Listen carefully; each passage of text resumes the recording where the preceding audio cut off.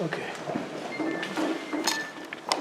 Hotel family, my name is Brother Ray Ray. I'd like to welcome everybody to the Mackey's to the third African Helping African Lecture Series in honor of Dr. William Mackey Jr., Gil Noble, Luis Reyes Rivera, Dr. Professor Amos Wilson, Dr. Ben, Dr. Clark, Ivan Van Sertima, and all the historians that gave up fame and fortune, that gave up good jobs, state dinners, all to provide information to the black community, information to the world on truth, power, and justice. We meet here twice a month, so people won't forget these great people who sacrificed. They won't forget them. That's why we meet here. Bring a friend. We meet here twice a month. We're coming in here in the new year and want to provide information to the black community to the utmost. And I want to thank everybody for coming. Last week we had an excellent round table for New Year's. It was unbelievable. I want to thank Brother Mike for thinking it up. But we will have it again. Also, very important, Tuesdays. I think Harold was... Brother Harold was creme de la creme. Unbelievable. Thank you. The books that he had was impeccable with information. Important. Community Cop every Tuesday, 5:30. Brother Mike Graves. No old leader. 5 to 6. 5 o'clock. Sorry. Manhattan Neighborhood Network. Tune in. Tell a friend to tune in. And listen to Community Cop program, man. You can call in. This past week's program is excellent. It's going to be on YouTube. And you can watch it again. Just go in Community Cop. The dates is right there. Also, Saturday nights, 10:30. Sister Empress Chi. Blog Talk Radio. Tune in, Empress Chi, and go down, type in the phone number, and you could go from 10:30 to sometime after 12. It's unbelievable. That's why we put this on. The fight is still on, and one of the main things we're going to be dealing with in the year 2020 is information. Information is most important. Harold? We have the Amos collection right here. Okay. In honor of Dr. Amos Wilson. Blueprint for Black Power. Developmental Psychology of the Black Child. Awakening the Natural Genius of Black Children. Issues of Manhood in Black and White. Black on Black Violence. African-centered Consciousness versus the New World Order. Luis Reyes books, Jazz in Jail. And we also have this new book coming out, the Osiris Papers, in honor of Francis Cress Welsing. We also have the New Year's tape on DVD, it's $5. We also have Dr. Arthur Lewis's 12-18-19 Africa on the Move. And we have Mike Graves and Arthur Lewis right here. The DVD from 10-9 and 9/11. Also, I want to tell you that Mackey's Lectures 1, Mackey's Lectures 2, and Mackey's Lectures number 3 is on YouTube. Okay. I don't know if we're going to be changing the name to African Helping Africans and Mackey's to the third. I could edit and do that, but as of now, Mackey's Lectures 1, 2, and 3 is on YouTube. Harold, Yes. I want to thank you last week for bringing up those books, especially the history of New York and the Guide for Black Folks. I'm going to read this right quick. You haven't seen brutality on how they bust our heads with hammers and burnt us and this and that in New York. It's disgusting. I mean, oh my, I just happened to pick this out. I'm going to read this real quick. New York developed a system of laws designed to subdue any impulse for freedom among its growing black slave population. In the earliest Dutch period, customs dictated the racial hierarchy of the colony. Once the British took over in 1664, strict race codes were enacted that erased any racial ambiguity and firmly assigned black New Yorkers to legal subhumanity that lasted well into the 19th century. The nature and character of race relations in early New York are equally evident of the sovereignty of its oppressive slave code. The harshest of all English colonies, conspiracy, sedation seems to motivate the first wave of laws, but other laws appear to be motivated by the sadistic Caucasian cruelty. Incorporating into some of the laws was the phrase, slaves are the property of Christians. The Jews of New York, offended by this discrimination, successfully petitioned for inclusion. Subsequent anti-black laws made it clear that slaves were property of Christians and Jews. Aside from legally designating Jews as white people, the law further defined slaves as being black-skinned, non-white, subhuman possessions. In fact, according to historian Thomas J. David, any amount of blackness was taken as prima facie evidence that a person was a slave. New York did not recognize the possibility of a black woman being raped, and so to her day-to-day toils was added to the potential for violent sexual battery. And if such violence produced children, the law held that the child's racial designation would be the same as the mother. This law most assuredly starved off a flood of free mulattoes who might be tempted to sue for a rightful share of their white father's estate. New York apartheid laws. Below are some of the laws that existed in New York to control its black population. Some were plainly meticulous, others were designed to eliminate any means for blacks to obtain any independent economic foundation, even when these restriction codes were repealed of the force. This was just something that I read. I want to thank Harold for the book. If you could get it, you ain't seen nothing about any brutality on what they did. Guide of Blacks in New York. It was unbelievable. So, without further ado, the speaker is going to come from 8 o'clock to about 5 after 9.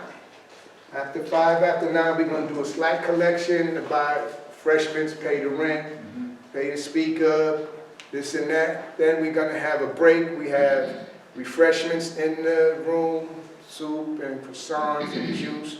We're going to come back after a couple of minutes. Dr. Lewis will come back with question and answers. If no question and answers, he's going to continue with his lecture. The topic of his lecture will be African people. African people, also Africa on the move. Ladies and gentlemen, give Dr. Arthur Lewis a big hand.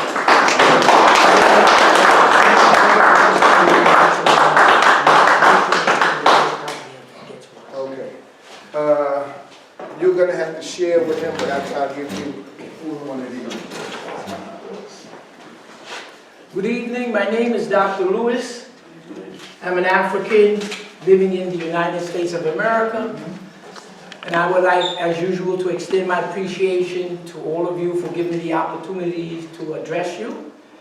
And in the African tradition, I have permission to speak by the elder. Thank you. Today, we're in January 15, 2020. We're at the lecture series with Mackey's 2 to 3 in Brooklyn, New York.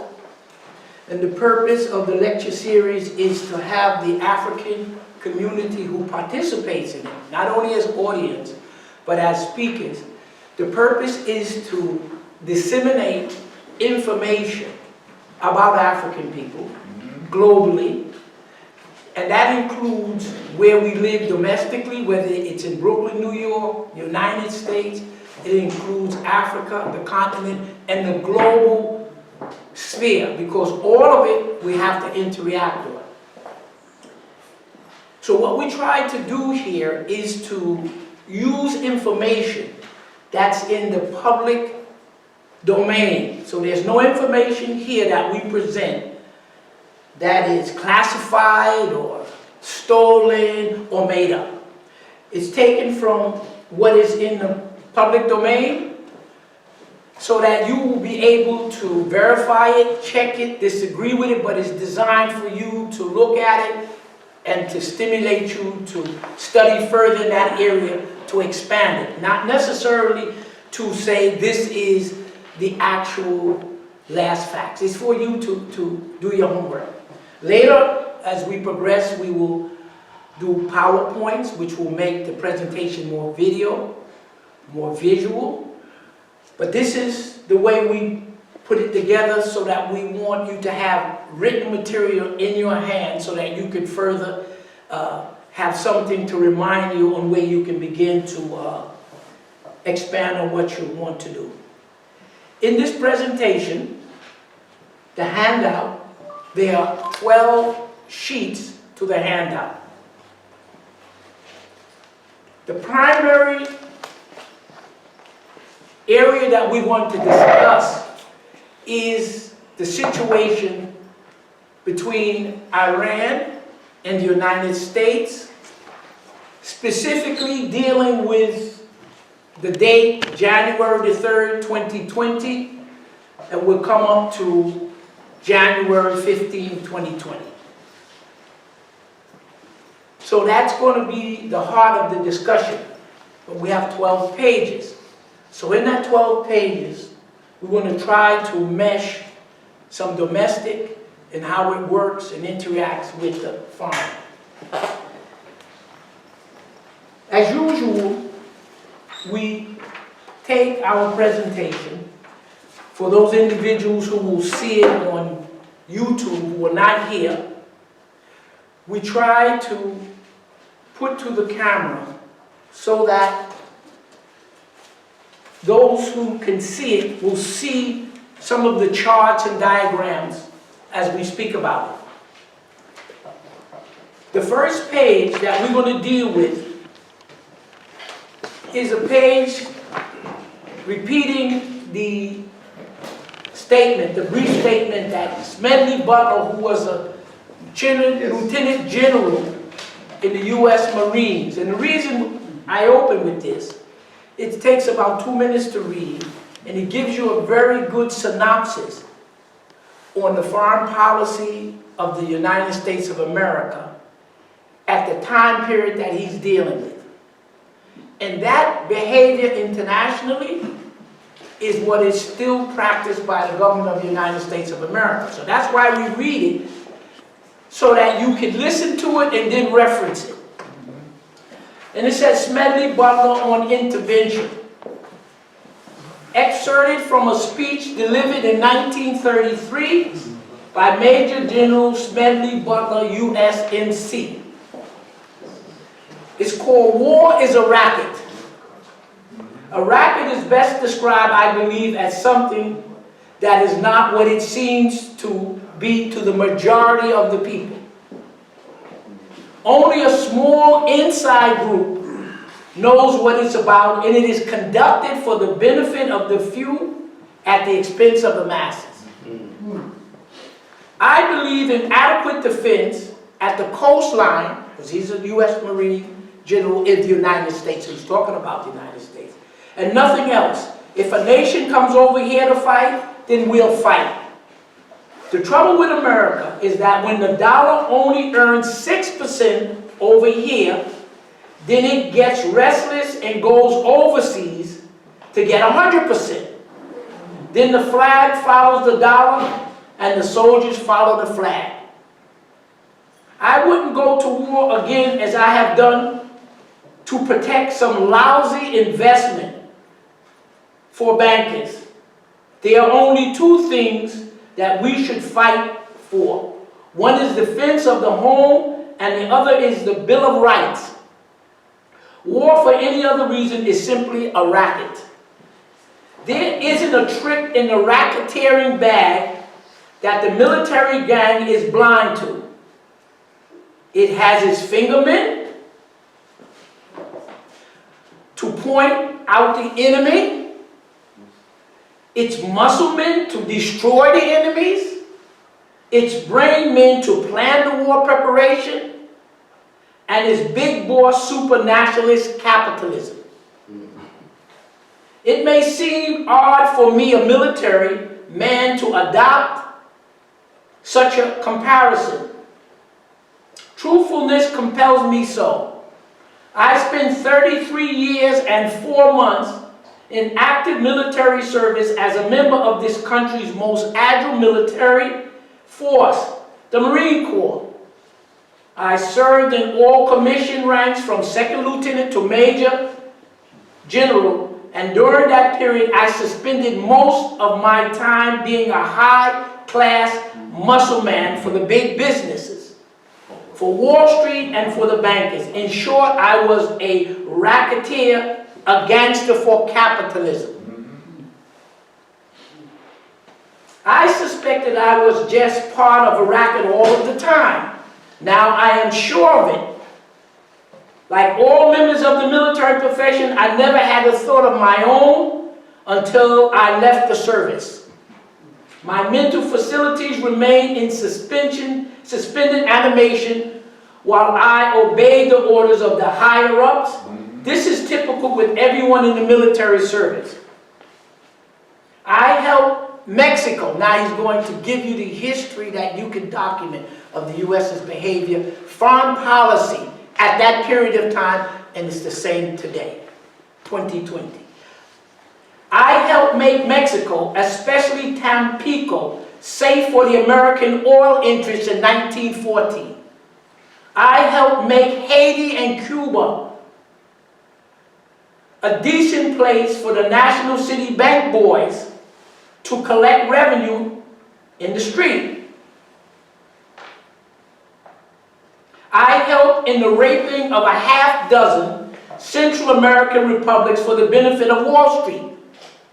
The record of racketeering is long. I helped purify Nicaragua for the international banking house of Brown Brothers in 1909 to 1912, where I've heard that name before. I brought light to the Dominican Republic for American sugar interests in 1960. In Cuba, I helped to see to it that Stanford oil went its way unmolested. During these days, I had what the boys in the back room would say, a swell racket. Looking back on it, I feel that I could have given Al Capone a few hints. The best he could do was operate his rackets in 3 districts. I operated on 3 continents. Page 1 of 12. The second page for the camera is a scene up top of a typical lynching of African people in the United States of America. And we use Eric Garner's assassination and lynching by the New York City police as an example. So this is a reminder for those who have seen the video, they're still lynching African people in the United States as of 2020. We go into the third page. The third page is 2 articles that you will be able to reference. One says new NYPD unit will target and prevent extremism. They're going to do preventive detention on you. This is 1920. Second article, police warn residents about gang stalking after some receive letters. Page 4 of 12. I was given this document about 3 weeks ago. The individual asked me to do something on it. And so what I'm doing is presenting it to you for you to do the research. Because each of you, like me, as an African, male and female, you know how the system is. The reference is the UNZ Review, an alternative media selection, and is titled, "With Little Fanfare, William Barr, who's the Attorney General of the United States, formally announced an Orwellian pre-crime program."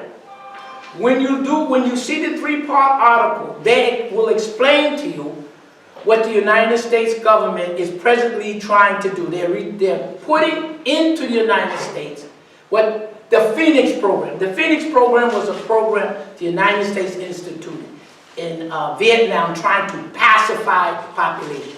And it consisted of jailing people, torturing people, pacification, and anything you could do to crush the resistance. So this is what's coming. It's all part of the Patriot Act. The 5th page, from the final call, and I'm going to read it, it's very short, and it just reminds you a little bit of how the U.S. government works for the benefit of that 1%, which is white, privileged male. The richest 1%, and this is dated November 26, 2019, the final call. The richest 1% in the United States, surpassing the wealth of the entire middle class. Report. The United States economic expansion has enriched the top 1% of American households to the point that they now control more than half of the equity of the U.S. stock market, according to the government. The very richest Americans have enjoyed huge return over the past decade since the Great Recession, with assets of $35 trillion in the second quarter, nearly a quarter of the $37 trillion held collectively by all of the middle class. In the last paragraph, it just gives you a little more information. The rich pump money into stock and use the interest rates from the stock market to invest money in exclusive hedge funds. So they're giving you an idea where you can start to see how money is distributed in this country.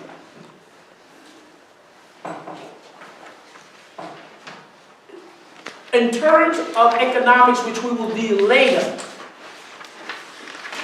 this country system by the Federal Reserve have what they call a repo market. We can, if we have time, we'll discuss it. It's where the banks and certain corporations go to the Federal Reserve and they borrow money. So presently, the Federal Reserve is pumping tens of billions of dollars into the banking system, which means that there is at least 1 or 2 major banks in the United States which has already gone bankrupt. So we'll get into at a later date. So that's what this alludes to. The next page, the 6th page of the 12-page handout, because we're going to concentrate on Iran and the U.S.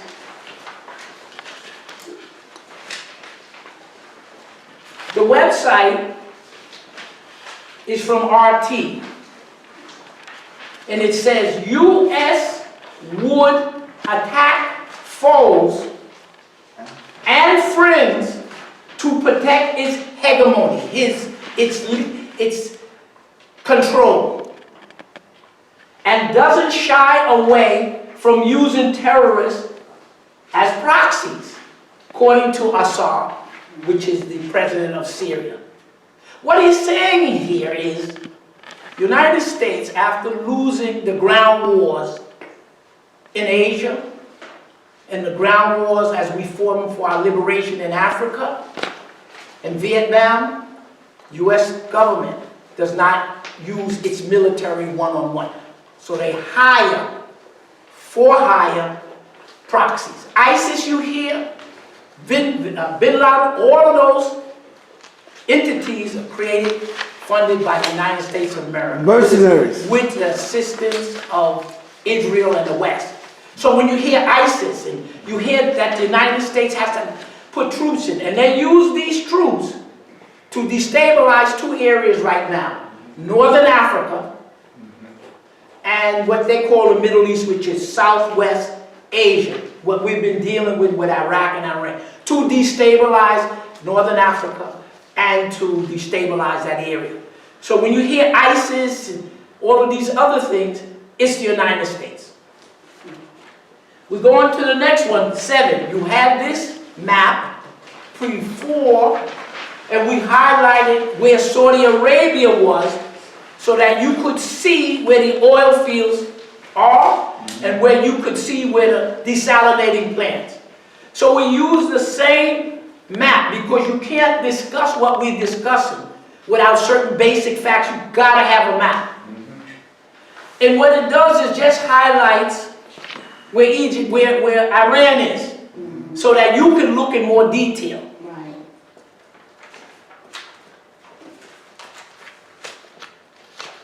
Number 10 is this map here. Okay. This is a map of, if we swing over here, when we're talking about the Middle East, there's no Middle East. This is Asia. It's Southwest Asia. This is Southwest Asia and Northern Africa. That is what the United States is trying to destabilize. And we can go into that.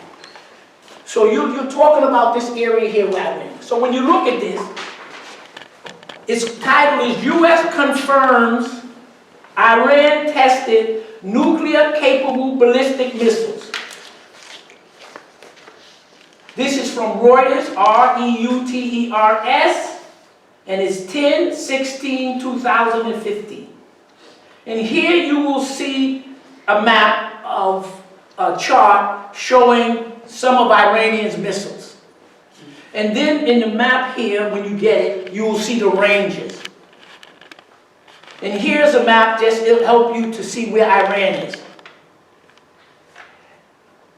And what the Iranians said after the Iranian Revolution, where they took over the U.S. Embassy in 1979, the Iranians said that they need 3 things, not atomic weapons. They need to be industrialized, of which Russia, China, North Korea, India, and Pakistan industrialized Iran to the point where they can manufacture their own weapons. In each of these countries in Asia, Russia, China, Pakistan, India, and North Korea industrialized it to make Iran strong. Here, make it the power base so that it would not be possible for the United States and Europe to come into Asia, to go into Russia and China, these areas. So they developed Iran industrially. So the 3 things that Iranians said they need: industrialization, a very strong military, and missiles. Because missiles, you can hit anything, and you don't need planes. Missiles are very inexpensive to build, and they're very effective in warfare. So that's what this map is about. Okay. We have 12, we've done 9. Now, let's look to the next page. We have 3 pages to go. And the page is titled Iran and the U.S. Iran and the U.S.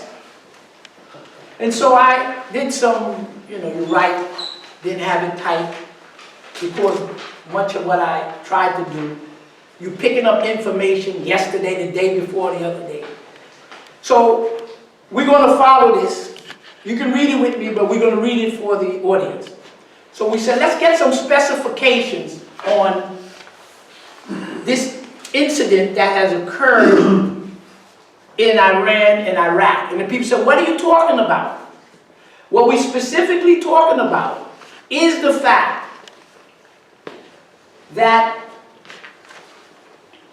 and I'm going to read it from here, Major General Qasem Soleimani,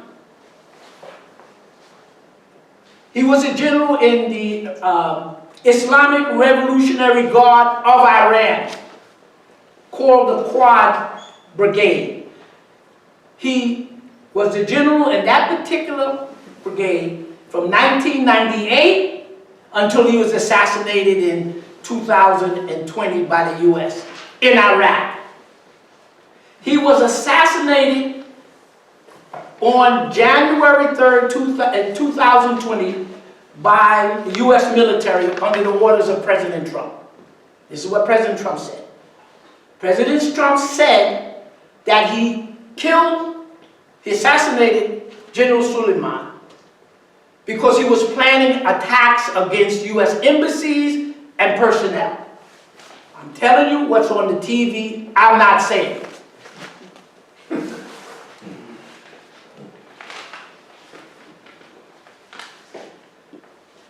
The Iranians had the big massive funeral, 3-4 million people, and they martyred him. He was killed in the airfield at Baghdad. So they killed the Iranian general in Baghdad.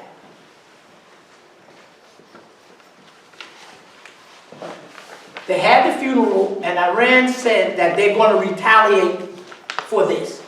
And Iran stated that retaliation will be by Iranian military. It will not target civilians, it will not target embassies, it will not target infrastructure. And so what the Iranians did in January 7, 2020, they used short-range, land-to-land ballistic missiles. They say they used 20 ballistic missiles to strike from Iran into Iraq, where U.S. troops are housed. They say of the 20, 2 did not detonate. No civilian, these are military bases. There were no civilian casualties at all. What Iran was doing was showing the United States the accuracy of these missiles. They hit exactly what they wanted to hit over hundreds of miles. There were no U.S. casualties. Donald Trump said on TV that there was no casualties because we took whatever action we had to take. But none of the missiles were shot down.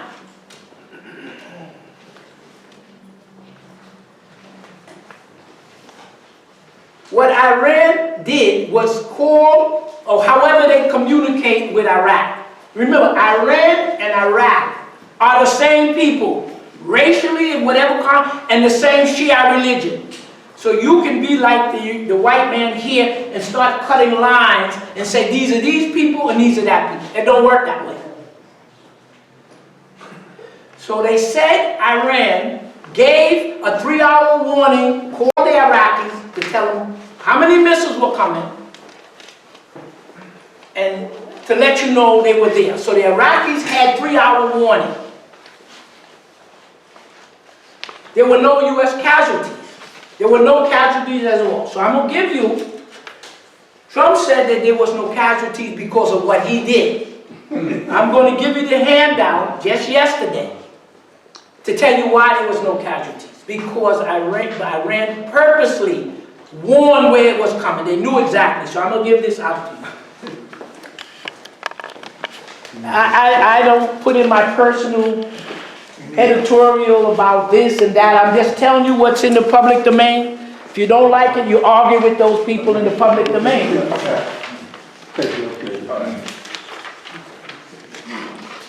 You'll give the 2 back to them. I think they're 2.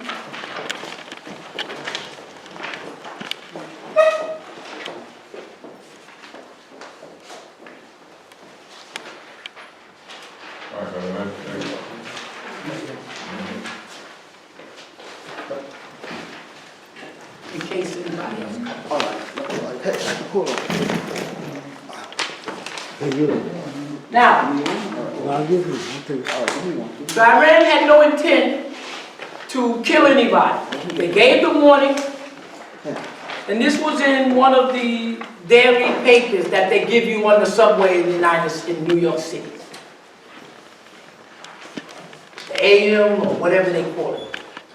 U.S. troops.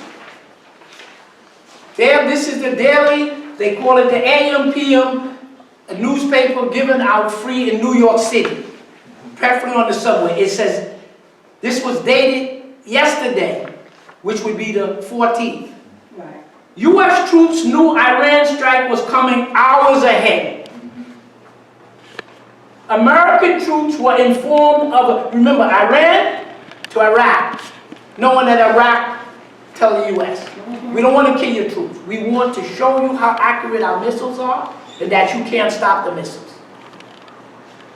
American troops were informed of an imminent attack hours before a barrage of Iranian ballistic missiles struck key Iraqi air base hosting their forces. U.S. military officers said on Monday, days after the attack, which marked a major escalation between longtime foes.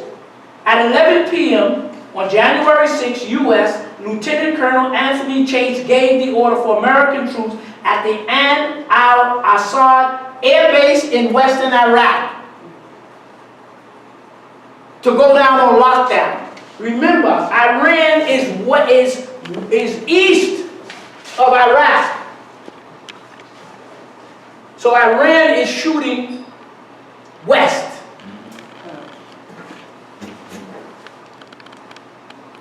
An emergency response at the base sent out alerts keeping them up to date about the incoming threat. At 11:30, she gave the order to take cover in bunkers. The first strike landed sometime after 1:35 in the morning, and the barrage continued for 2 hours. Second paragraph down. Only where it's underlined. Worst case scenario, we were told it was probably going to be a missile attack. So we were informed of that. The Iranian attack was in retaliation for the U.S. drone strike near Baghdad airport that killed a top Iranian general. In that attack, there were about 15 people killed by the U.S. military that killed General Soleimani on January 3rd, 2020. But they also killed the top general of the Shia militia in Iraq. He also was assassinated with 10 others. His name is Abu Mahdi al-Muhandis.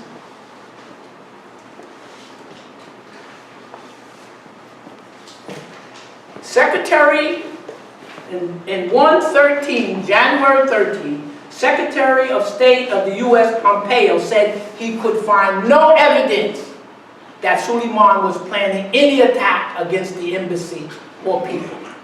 The same day, the Secretary of Defense, Asper, said he could find there was no evidence that Soleimani was planning it.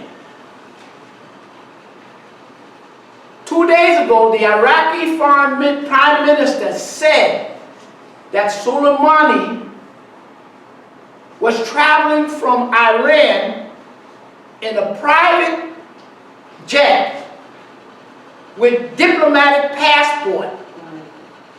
And what he was there was to bring the information from the Iranian government to the Iraqi government, because the Iraqi government and Pakistan were mediating a peace deal between Saudi Arabia and Iran. Trump forgot to tell you that. Now, you know what the implication would be if Saudi Arabia began to pull in and the people in the region? Then who would buy hundreds of billions of dollars worth of no good weapons from the United States? And United States, Iran sells oil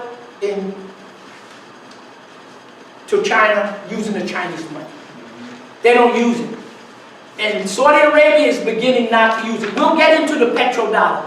So you have to ask yourself the question, They're trying to block the unification of these people in this area. Right. Now, in the bottom of this page, as we're winding down this page, what were some of the repercussions? What Iran did, the United States is at war with Iran. Economic sanctions by international law is a legal written definition of a state of war exists. So every time the United States sanctions somebody, they declare war. The United States feel, well, we have enough weapons, nobody can do anything to us. But then you are a citizen of the United States, your government of the United States is at state of war with Iran on the economic sanction. It just didn't start with a shooting war. Right. So let's get this clear. We dealt about a month ago that the United States had moved the Central Command that's in Qatar, in the Gulf. From Qatar, they brought it back to South Carolina because they know what's going to happen to it in case of a war.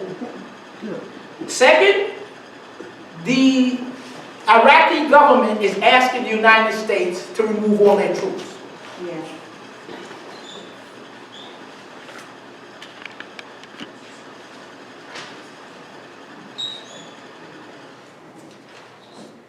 Even the British are now saying whether or not they should break their military alliance with the United States because they don't want to be pulled into a war.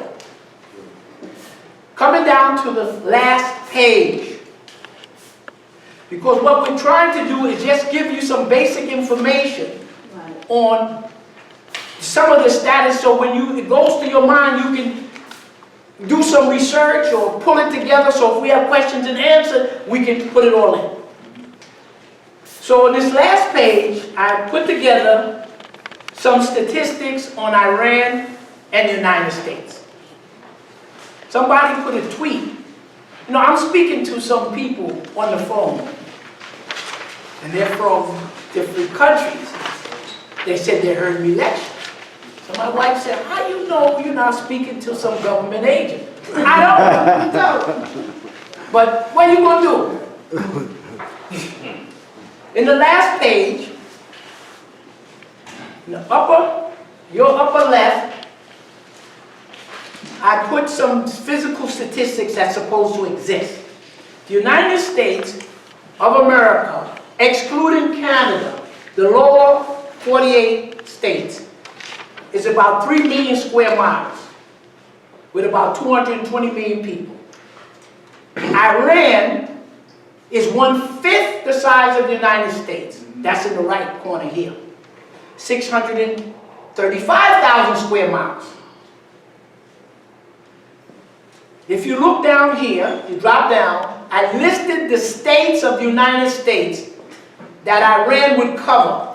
So when you're talking about a war on Iran, this is the landmass the United States is dealing with. It's larger, combined area, when you look on the chart of areas of the states of New York and you add it all up and you come. Iran is larger than Maine, Vermont, New Hampshire, Massachusetts, Connecticut, New York, New Jersey, Pennsylvania, Ohio, West Virginia, North Carolina, South Carolina, Georgia, Florida, Alabama, Kentucky, Tennessee, Mississippi, and Arkansas. Wow. You take that whole strip of the eastern coast and you go in. It's a massive country. In order to invade it and occupy it, you need 1.6 million troops. The United States doesn't have 100,000 troops they could use. So it's, you know, they tell you all these things. So I'm just giving you some of the facts they say.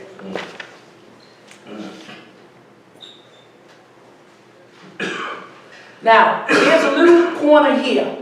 I want to deal with this corner.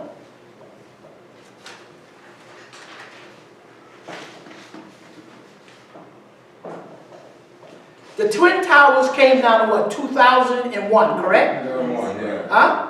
Right. And we all know that the Saudi Arabians didn't blow it up. We know that. No matter who they blame it on, 2 airplanes cannot bring down a massive structure because there's not enough fuel in there to bring in. If fuel burns at, you go and you check it. Fuel burns at 800 degrees centigrade. Right. To melt this, you're talking thousands, tens of thousands. So we understand that.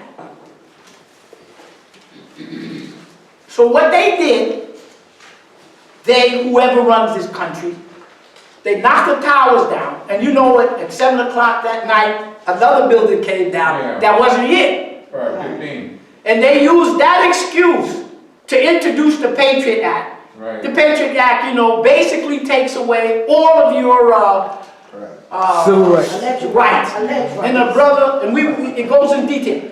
What it does in essence is you go to page 3 and it tells you right there. The President of the United States and any of his executive representatives if they classify you as a terrorist, supporting terrorism, aiding terrorism, you will be arrested.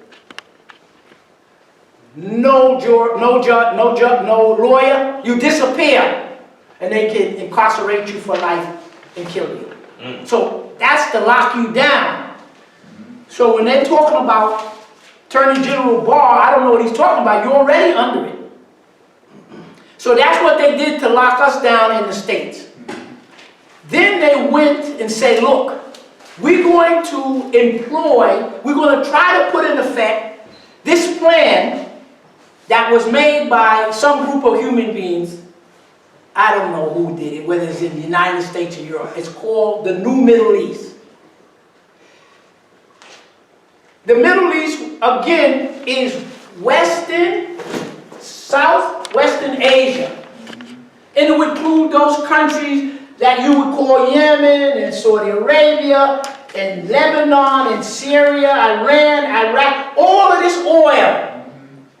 And the oil coming out of Libya. So they targeted the northeast part of Africa and the southwest of Asia.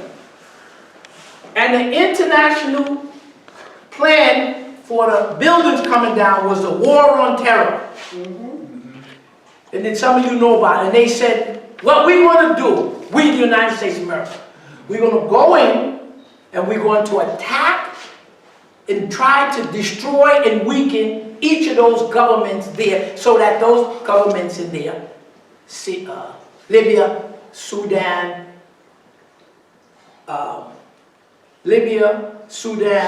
Egypt, Somalia, Lebanon, Yemen, Iraq, Iran, those countries with that oil, they attacked each of them. Was the war on terror. That's what it was. So they wanted to say, because after World War I, that area of Southwest Asia was cut up. But it was the French and the U.S. that was stealing the oil from the area. And they cut it up into those countries that you look on the map. So they said, we have to take Syria, we have to take Iran, we got to take Libya, we got to break them up so they can't have a strong army, so we can go in and take from them. Those countries they first attacked Afghanistan. Yeah. And the Iranians and General Suleiman first assisted to help the United States in Afghanistan in 2001 against the Taliban. That's Suleiman's history. They assisted. The first one, they went in against Iraq. Bomb it, destroy the country, knock out the water, make it non-functional. Then Libya, Egypt, Sudan, Lebanon, Syria, Yemen, and then Iran.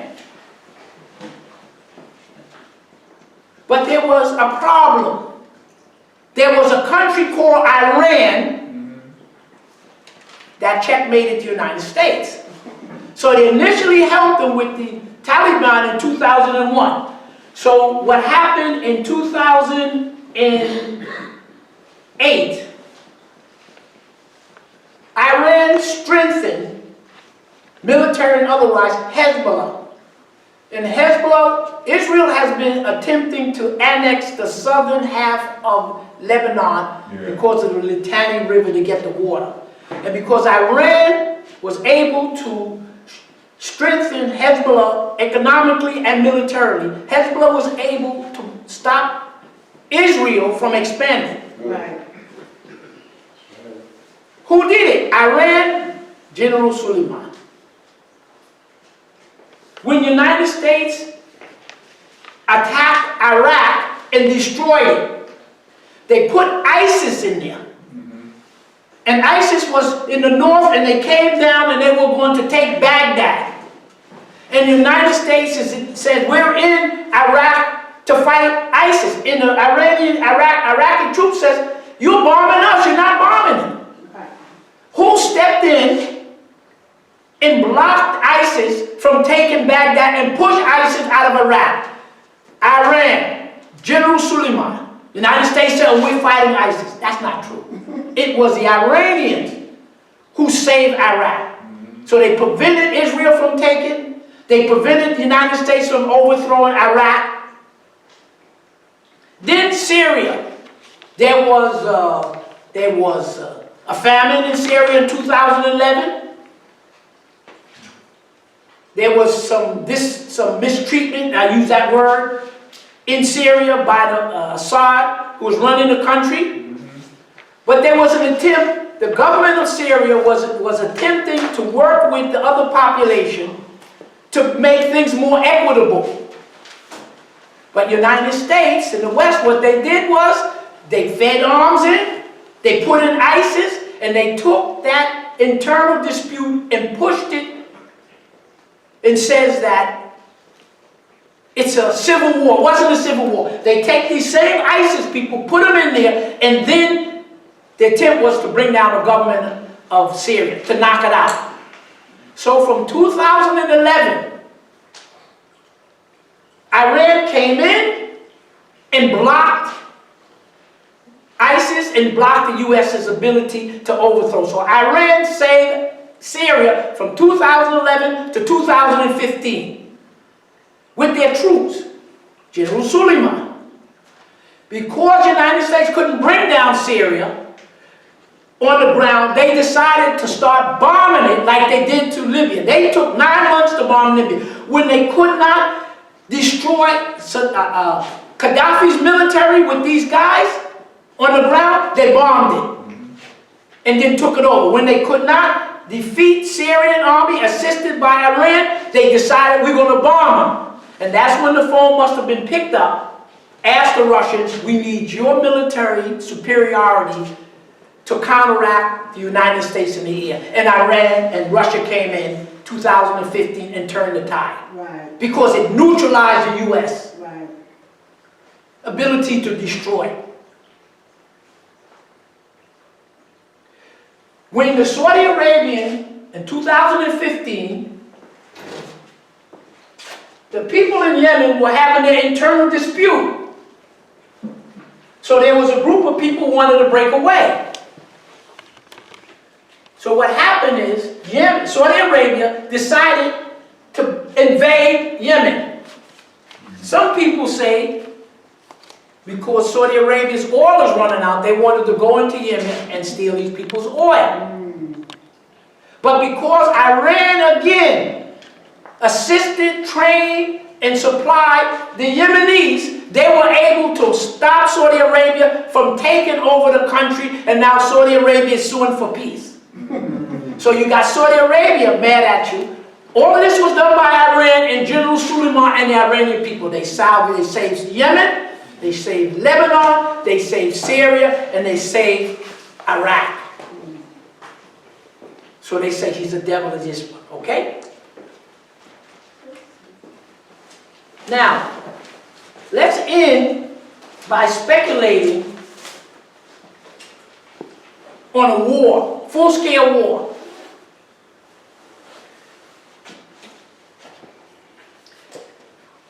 The Persian Gulf is this strip of land, which we don't want to have a bigger map, is this strip of land. Think of New Jersey and New York and the land. On one side is Iran, and the other side you have Kuwait, Saudi Arabia, Bahrain, Qatar, and United Arab Emirates. You know, you got it. And these countries that I named, Kuwait, Saudi Arabia, Qatar, United Arab Emirates, they produce oil. And all the oil has to come down from Albany. Let's say come down from Albany and get through the Verrazano Narrow Straits and then out to the ocean. Correct? That's the analogy here.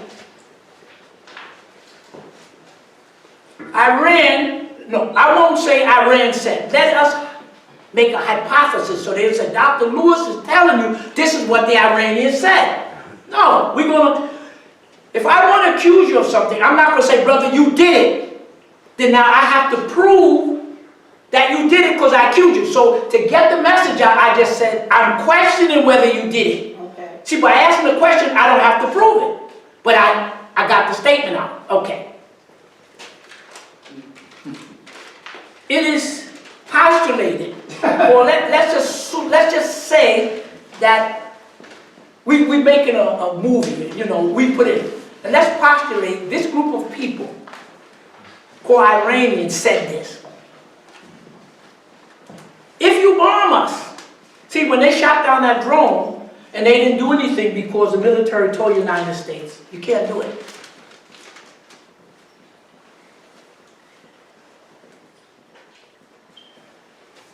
So, Iran hypothetically says, if you bomb us, they're saying the attack is going to come from U.S. bases in those countries that I named. Kuwait has 13. I'm telling you the numbers you get off the internet. I didn't make the numbers up.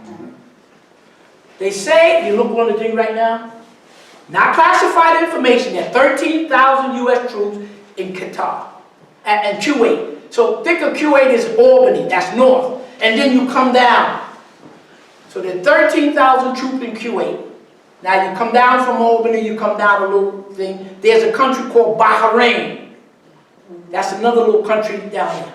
It's supposed to have the U.S. Fifth Fleet, which has about 20 ships, including a submarine, X number of planes, 20,000 troops. They have troops there. Then you come to Saudi Arabia, they have X number of thousands of U.S. troops based in Saudi Arabia.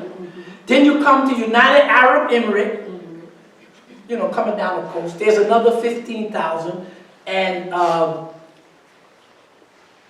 United is Kuwait, Bahrain, Saudi Arabia, Qatar, and United Arab Emirates. So there's about 60, 70,000 troops there. Saudi Arabia's position, if you listen to it, says that any attack that originates from your land, you're going to be targeted. And attacks can only come from these countries because they're the only one there. So let's assume that Kuwait, Qatar, Kuwait, Bahrain, Saudi Arabia, United Arab Emirates knows that the strike is going to come from this. So Iran says, we're now going to destroy your oil fields, gas fields, your infrastructure, your tankers. So there's going to be no oil to come out because it's all going to be destroyed. And we know that, remember what we had said previously, that they say 25 cruise missiles destroyed half of Saudi Arabia's oil field, one strike. One time. Now Iran has hundreds, and they said Hezbollah got thousands of these missiles. And the missiles are pinpoint accurate. That's what they demonstrated in the United States. So you know you can knock out Saudi Arabia's entire oil thing in one day. And remember we said they had 28 desalinating plants, all wiped out. One day strike. So Saudi is calculated that Saudi Arabia will collapse in 2 weeks. Because if you can't, a desalinating plant, you got to use gas and oil to boil the water for the water to come up to be condensed by distillation. These countries are small countries. Right. So it wouldn't take Saudi, it wouldn't take Iran a day to wipe them all out. That's what they tell you may be coming. Now that you've knocked out everything, the insurance companies are not going to insure any ships. So Iran doesn't have to blow up any ships. This is what they say there's a possibility, right? They don't have to blockade the Straits of Hormuz. Now, who gets most of that oil? South Korea, India, China, and Japan. So the Asian countries are going to really have a hit. So you're going to push that part of the global economy in a depression.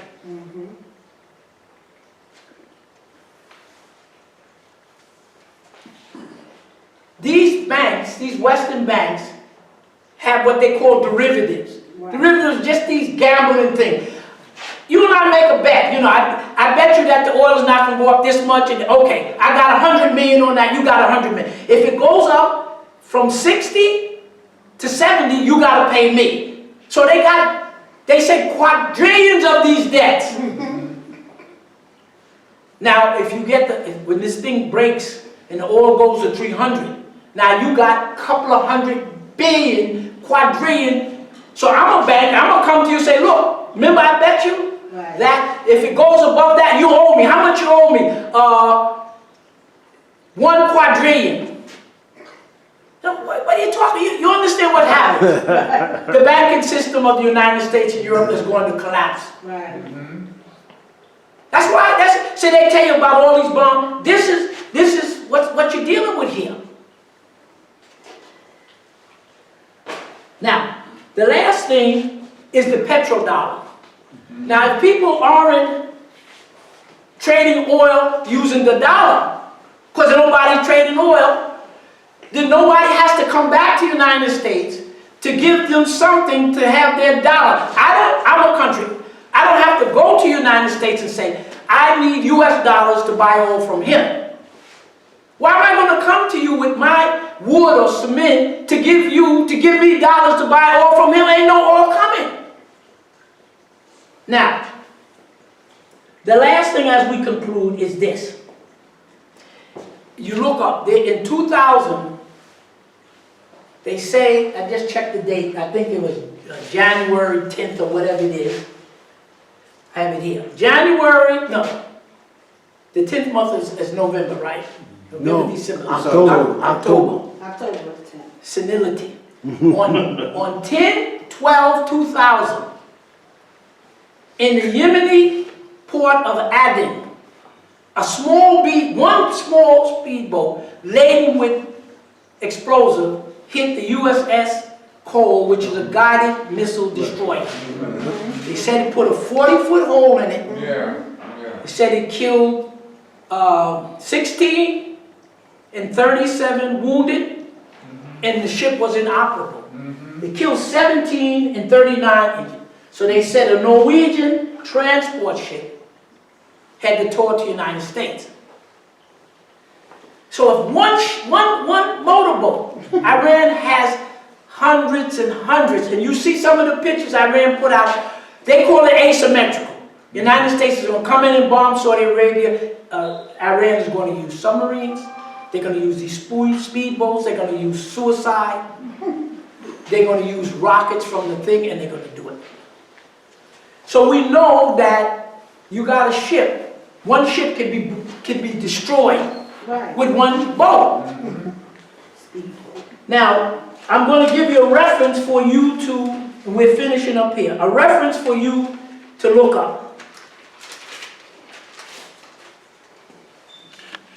In YouTube, you have it in that last page here. In YouTube, you look up WEARARE,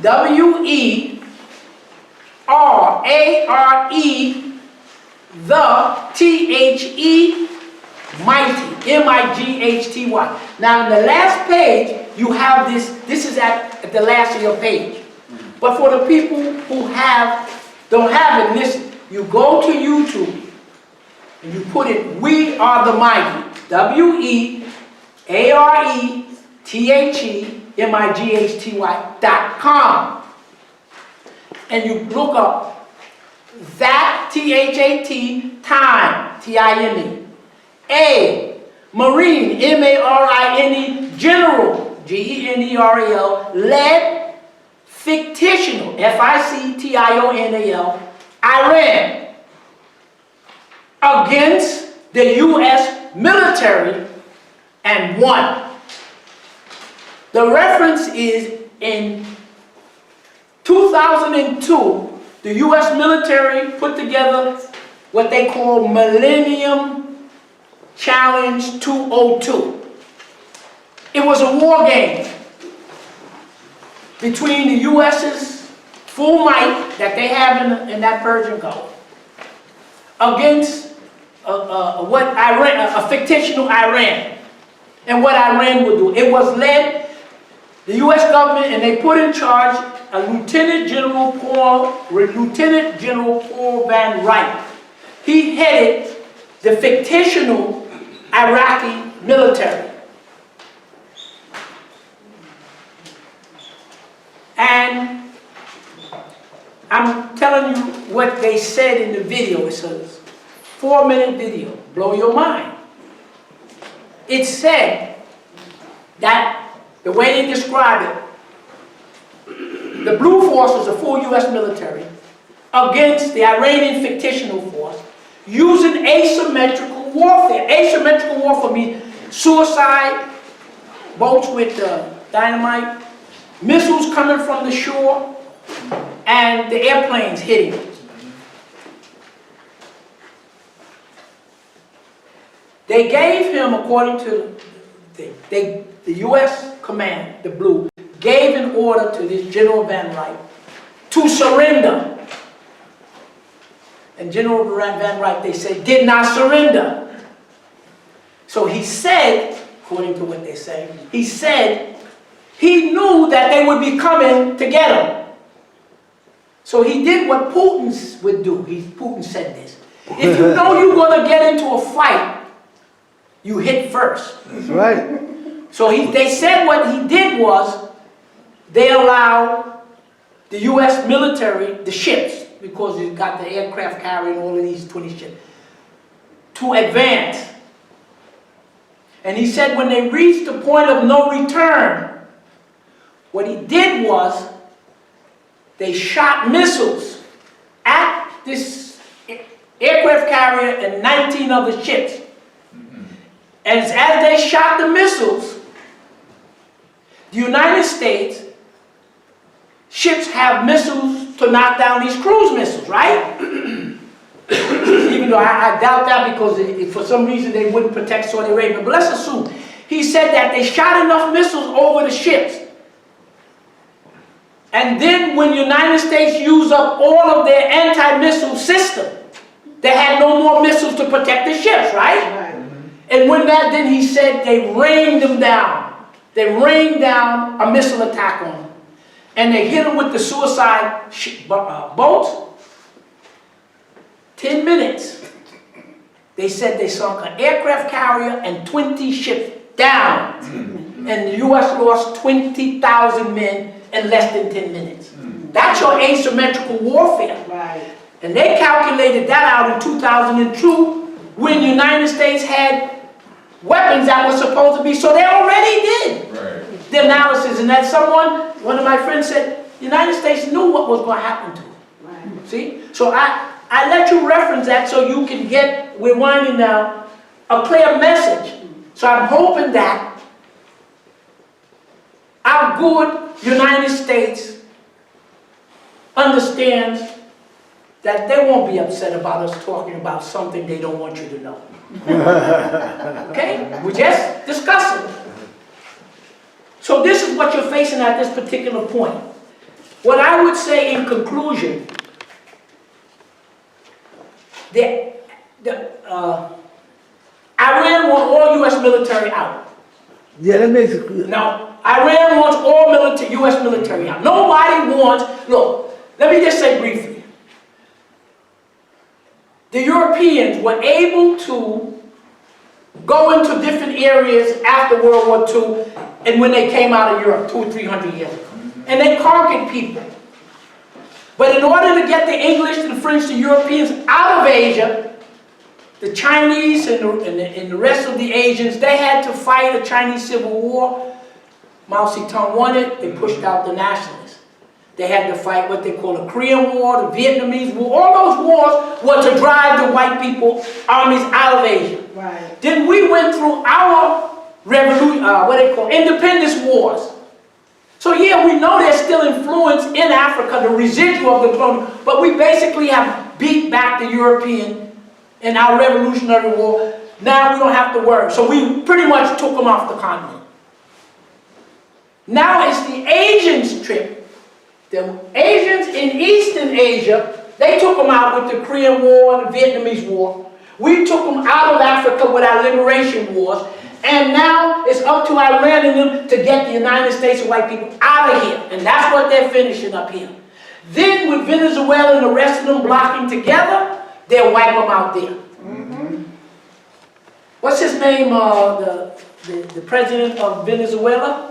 Not Maduro. Maduro, Chavez. Chavez. Okay, that part. The reason one of the reasons they went to really try to crush Chavez in 2014, he was making tremendous progress. Venezuela, Brazil, Colombia, Venezuela, Brazil, Colombia, and 2 or 3 of these countries, they were sitting down to do joint military, joint industrial, to block together as a regional bloc, and that was one of the biggest reasons why they took down, attacked, I keep the name is Chavez. They don't want the unity, and that's what these wars are about, and Smedley Butler takes you off on that. We end it. Thank you. Guys, I would ask one So question. you gotta eat, and then we'll ask the questions, and then No, let me just say one thing. Iraq has voted, the Congress has voted to kick the military. So let's say, you know what else? I'm the one person right now. The thing is that Okay, ladies and gentlemen, my name is Brother Ray. I hope you enjoyed the lunch. We're going to come back with a question and answer. Before I turn it back over to Doc Lewis, the name of the book that Harold brought was The Hidden History of New York, a Guide for Black Folks. Tangba Apata. T-I-N-G-B-A. Apita. Excellent book. Go on YouTube. Mackey's lecture number 3. Harold had a whole bunch of books. Also, I have the DVD here if you want it. All right, without further ado, we're going to turn it back over to Dr. Lewis. Thank you very much. Dr. Lewis, Okay, so we are now in part 2 of the Mackey's to the 3 lecture in January the 15th. So it's open to question and answer, so that we want everyone who's participating to participate. Say what you think. I don't have all the answers. With all of these African people here, with the age you have on, you all are loaded with information. What your ancestors said and did. 2 things. When you go to Egypt and you go to Sudan and you look into the pyramids and everything, the color white is death. The color of life is just the color of all of the African people it is. Some are lighter skin, some are darker skin. And the color of life, resurrection, is green. So that's why I use the green. That's that concept there. Also, in the judgment scene, they weigh your heart against the feather of truth. One of the concepts is that everything that you have done when you're on this side of the plane from birth to when you make that transition into whatever is death. And when you look at the judgment scene, when you're standing there are 2, forgot the names, 2 female goddesses who were there when you were born. So these goddesses are, when they say, Dr. Arthur Lewis, have you done this, this, and this? So Tahuti is bringing me into the chamber. And before I can answer the questions that they're asking me, the two female goddesses, and they are bearing witness that you are who you are, because they were there when you were born. You know how they tell you, is this so-and-so? They want your ID. So they verify that at that point. So the reason they weigh your heart against the feather of truth is because one of the concepts is that everything that you have done is recorded there. Everything you have done, so you could say, have I murdered? I say no. Then they check the recording here. So the point I'm making is every one of us have a heart, and every one of us has recorded every second of your life that you've been around doing things that I am not privy to. So when you give information, I'm learning, we have to learn from each other. It's just that they asked me to do some presentations, but you have as much valuable information in you that you can give up so we can all learn. So don't feel that I'm the one who has to answer all the questions. So you gotta give back some information. Okay, go. All right, hypothetically, all right, listen, when that stuff jumped off in Iran, the Iraqis, Congress voted for United States troops to get out of Iraq. Is that because you said Suleiman was the one, General Suleiman was the one that saved Iraq from the invasions and all that shit? To try to answer the question as quickly as I can. The United States is in the area. After World War I, the two countries that controlled those areas we're talking about, Iraq, Iran, was England, UK, and France. The Ottoman Empire dissolved. They cut out, the English and the French drew up the thing because they were more powerful at that time in 1911 than the United States. So they cut up the area, and France got certain parts. France got Lebanon, France got Palestine, no. it got Syria, it got Lebanon, but Britain got the good part. It got Saudi Arabia, and it got part of Iraq. Saudi Arabia and part of Iran. And they were taking Saudi Arabian oil and Iranian oil, US, primarily British, and that's what they use these countries' oil to run their warships and to run their factories. World changes. 1949, Britain is down. The United States is coming up. So to make a long story short, the United States now stepping in the area, and now instead of Britain and France stealing the oil from these countries, the United States is stealing the oil. Britain and the United States was taking Iranian oil because they were the dominant military force. The basic history is that the Iranian government got tired of it in, 1953, they elected Mossadegh. Well, they had the Shah. The Shah, we supported the Shah, so. I know the history. I'm saying it because you asked the question because everybody doesn't know it. I'm talking about today. Today, when this year, when they voted the United States Armed Services to get out of Iraq, was that because Suleiman had helped save Iraq when them so-called mercenaries was supposed to be, well, you terrorists, as they said, was supposed to be taken over, and they said Suleiman was the one that saved it. Let me answer your question this way. So what happened now, you got to have a little background, and you figure out what the answer is. I don't want to tell you what I think it is. So Mossadegh. So Mossadegh says, look, you England and the United States, you can't steal all the oil. You got to leave it loose for us.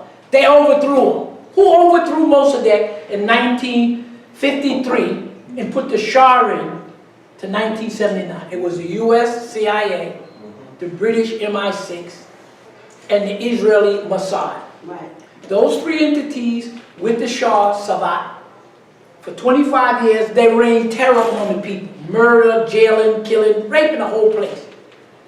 So finally circumstances come up in 1979. There's a revolution.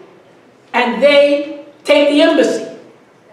Now, if you want to be like Western media and forget why they took it, and forget the fact that the United States, Britain, and France, and Israel overthrew a legitimate government like they were doing all the time. You just sit there. I won't say you lying. You just conveniently forget the past history of what happened. So they take the embassy, right? Okay. The United States is a dominant force. So now they have to get countries to fight with each other to make it easier to control the area. So you know the whole story about the United States support Saddam, give him all these weapons and blah, blah, blah. So the United States initiates a war between Iran and Iraq. So they fought, what, 8 years or 9 years? Right. They weakened Iraq. And Iran won the war. The purpose was to weaken both of them. But whatever the circumstances, we can't go into, Iran is a big country and they're building. Part of it has to do with Russia and China, Pakistan, India, North Korea, making a decision to industrialize and make Iran strong. Then you know United States in 9/11 made the terrorism. So what they do, they go and they destroy Iraq. Iraq, educational system, medical was way advanced in Israel, anything. So you take a country that's running very well. I mean, he's a dictator, so but it was running, high good education. You destroy the country. You put an economic sanction on Iraq to weaken them, and you kill 500 children, starved to death. Madeleine Albright said, yeah, she think it was worth 500. So you weaken them down, and then you attack them. So they weakened down Iraq and attacked them. So you killed 500,000 children before they made the invasion of Iraq. In the invasion, you kill another million people.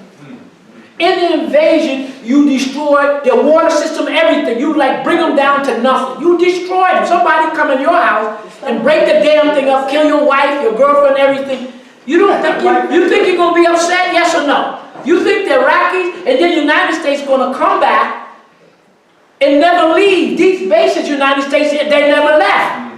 So what they did was not only destroy Iraq, but they used Iraq as a military base to intimidate everybody. What do you think the average Iraqi think about? Forget about Iran. What do you think they think about the United States? That's number one. Okay. Very much. Then the United States goes to destabilize the area. They put ISIS in there to destabilize Syria and Iraq. So ISIS is coming down. Because Iraq's army is weak. Because you destroyed it. So ISIS is coming down. And the United States said, we are there to protect you from ISIS. But everybody knows these are your people that you put there. And the Iraqi army says that United States is bombing us, not the ISIS people. So Iran steps in. Iran is supposed to be mainly Shia, right? Right. Whatever argument you have between the Sunnis and the Shia, and whatever happened with Muhammad and the succession and succession, Exactly. you do whatever you want on that one. So if Iran is Shia,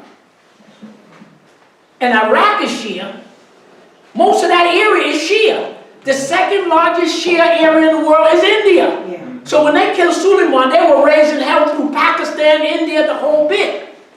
They're the same people, but you cut a line and then try to tell American people the Iraqi is different from the Iranian. You are different from the brother behind you because you were born in Brooklyn and he was born in Queens. Anything to do. And you know it's nonsense. But they beat you in the head together. So they run that thing that Iraqis. So what the way the United States had it set up, according to what the statistics, 70–80% of Iraq, that area they cut up as Iraq, are Shia. But when the United States installed Saddam, who's Sunni, he used a Sunni minority to suppress the Shia majority. In other words, you got to find anything among the people to get them fighting with each other. What's the difference between the Shia and the Sunni? Zero. Same skin, same religion, you're the same people. So you're Catholic, you're Muslim and a Jew, and somebody's going to tell me the people here are different from each other. Got the same skin, same heritage. Some of my people came from Jamaica, my fathers came from Barbados, this one. Could you tell me this nonsense about Southern stuff? So they got that in your mind. They're no different. If you look at Iran, Iran isn't all so-called Shia militia, Shia. Baluchis stand, that whole northern quarter are Baluchis. They're in Iran, but they're not, they consider themselves different for whatever the difference. So you got to remember, these countries have a lot of different kinds of people. So now you destroyed Iraq, you occupy it, and you leave your forces in it. Then the United States creates ISIS to come in on you. And the Iraqis know that they said that the United States is attacking us, not that. So they know what the deal is. So Iran comes in and stops it. So in that instance, Iran stopped it. Now, if you're the Iraqis, what the United States is saying on the news is that Iraq doesn't want Iran there. And the head general, Mahdi, who was killed there, let me put this way. Iraq had an army, but that army wasn't well equipped. The United States kept it weak. And when the United States was supposed to give them airplanes and tanks, it never came. So the Iraqi government, when ISIS was coming down, had to call Russia to give them the planes to fight ISIS, and call Iran to bring in the troops to fight it. So it was the Iranians who stopped United States ISIS. They were going to take Baghdad. And so in this war that the United States is waging against Syria and waging against there is a military command. The Iraqis, the Iranians, the Russians, the Syrians, and the Lebanese, they have a joint military system. They're all against the United States. So Trump can tell you whatever he wants. Anything you hear is a total fairy tale. Just throw it away and then try to figure out what's going on. So by keeping the information from you and hoping you don't know, they just feed you anything. So the answer to your question is, if the Iraqis say they want the United States out, we just gave a whole lot of reason why they didn't want them in the first damn place, right? Then they spin the story. The Iraqis don't want the Iranians in no more than they want you. That's the white man telling you that you are different from him. After he beat you both, and on WBAI, Dr. Ali was asked the question, how would you represent the United States when it comes to black people? You know, he comes from Pakistan. He said the best way that he sees it from what he understands is you would have to build a statue of how white treated Africans. You have to build a statue of a black man being hanged. And you would have to put another statue of a black woman being raped. That's how United States, the whites have treated the Africans here. He's coming from the outside. People are not stupid here. They just think you stupid to believe all of that nonsense instead of you relying on the reality of how you live and how this brother is being lynched and how Eric Gardner is being lynched and how we all are being lynched. Okay. So soon they said the Prime Minister of Iraq. So after the United States invade and knock off Saddam, the United States made it possible for the Shia to rule over the Sunni. So let's say 80% Shia, 20% Sunni. 20%, the country was run under Saddam, 20% Shia. It's like putting one black, okay. So now the Shia is running. The Shia of Iraq, who do they have more connection with? Why do you think they're not going to have connection with their cousins in Iran? There's no difference between the two people, not only racially, religious. They fought the same war. They want the United States out. But the United States has to do everything they can And to try to forget that you damn bombed the country. You killed they say almost 3 million people dead. Then you got all of the pollution, I mean those, what they got, Depleted uranium. the depleted uranium, all of the things. All of that stuff all over the place. And white phosphorus. All of it. And then these white people, I don't want to start getting into that. I will refer to him as Chris Hedges referred to him.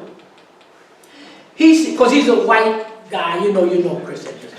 And in his travel in Yugoslavia and all over, in one of his lectures, they asked him, the white people in this, asked him, are you an American? He told them, no, I'm not American.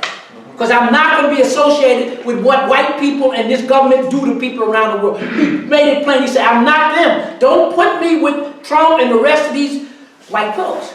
And he tells you at many of his work, he said, don't forget that white Americans and Europeans are ice-age cave hunters with a suit and a beard. He's telling you, just because they wear a suit and Trump shaves, tell you it's still the monster that got out of Europe and did what they did to everybody else. And he's glad that they'll never be able to do it again.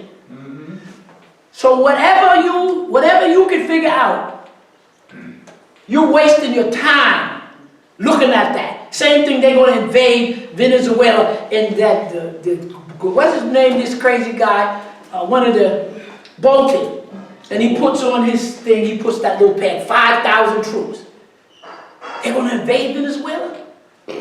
350,000 troops under arm?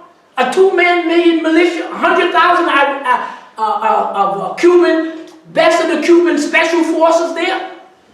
Russian, Iranian, everybody there? It's insanity, but they tell you anything because they know you're not doing the thing. That's why I said, when Dr. Ben sent me to Vanuatu and Egypt and the Sudan, he did it because I told you before, I have not traveled extensively, but I was allowed to travel strategically, to understand. You know what else? No, brother, quick. One last question. No, brother. No, you gotta get him in. Jesus. Okay. Okay, you in your analysis, you just laid out a mindset and a perspective. Now, with the killing of Suleiman, did the U.S.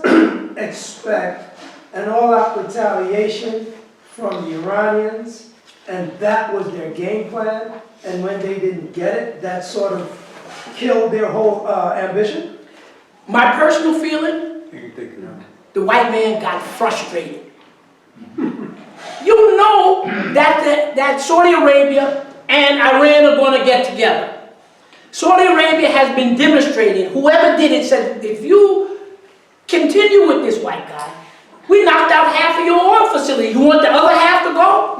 Do you want your water to go? Now Saudi Arabia is kind of caught because Saudi Arabia did the petrodollar. Right. Saudi Arabia had to recycle $3 trillion to the U.S. Treasury over 30 or 40 years. Saudi Arabia asked, give me an accountant. You only have $250 million, $250 billion. I give you oil for 30 years. We calculate you should have $3 trillion of our money. We say that you only have $250 billion. What you going to do about it? They stole Saudi Arabia's oil deposits. The remaining money that Saudi Arabia has there, the $250 billion, the U.S. government passed a law saying that because Saudi Arabia brought down the towers, they are freezing the $300 billion for potential settlement to American people who want to use Saudi Arabia. So they have frozen all of Saudi Arabia's money. They didn't protect Saudi Arabian oil field, or they couldn't. They lost the Yemen war. So what is Saudi Arabia supposed to do? They have no future with the United States, but the United States got that gun on them.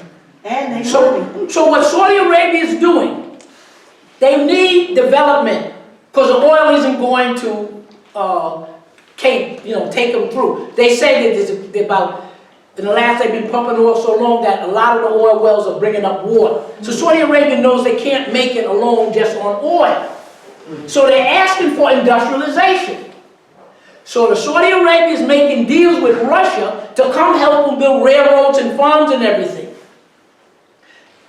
And Saudi Arabia is saying, I'm going to give you oil. Oil? And you bring in the industrialization. Russia takes the oil and sells Saudi's oil in rubles. So remember, the whole thing to keep the United States economically viable is everybody's using their dollars. So every time somebody doesn't sell oil in dollars, the economy goes down. So Saudi Arabia is breaking out of the petrodollar. Remember, they supposed to only sell oil there? So by bartering with Russia, they transfer oil to Russia, and Russia builds them up. Saudi Arabia sells oil to China in yuan. Remember, they knock off Libya and they knock off, what's his name, Gaddafi? And they try to knock off them. So Saudi Arabia is breaking the petrodollar little by little. They want to do $100 billion and invest in India. So they're realizing that if they're going to make it, they got to go to Russia, they got to go to India, they got to go to China. Europeans have nothing. They're thieves. They came there stealing. They have nothing to offer. The United States doesn't have the mentality to do it, and they can't. If the United States took the technology you have right now, they could not rebuild this country. You let all your engineers die off, or the whole engine, you got to have a whole trip. They lost it all. So Saudi Arabia is now understanding they got to move with the Asians.